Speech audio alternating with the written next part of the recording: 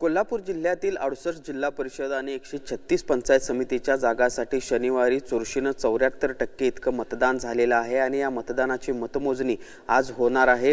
12ही तालुक्याच्या ठिकाणी ही सगळी मतमोजणी पार पडणार आहे। करवीर तालुक्यातील जी मतमोजणी आहे ती कोल्हापूर शहरात असलेल्या शासकीय धान्य गोदाम या ठिकाणी पार पडणार आहे आणि आपण बघू शकतो या सगळ्या मतमोजणीची तयारी आता जवळपास पूर्ण झाल्याचं आपल्याला बघायला मिळतंय।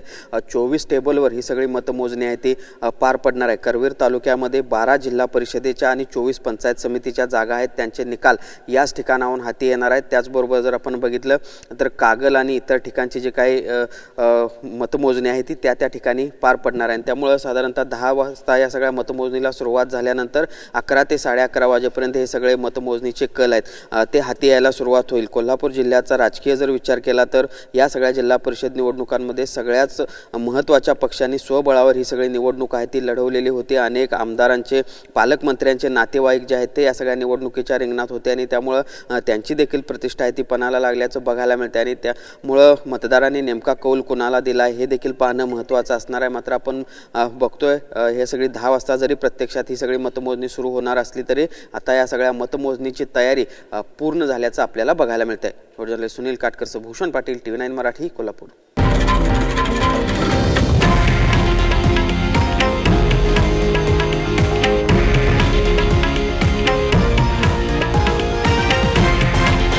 हे आहे देशातील नंबर 1 न्यूज नेटवर्क आणि आपण पाहत आहात TV9 मराठी, एकमेव।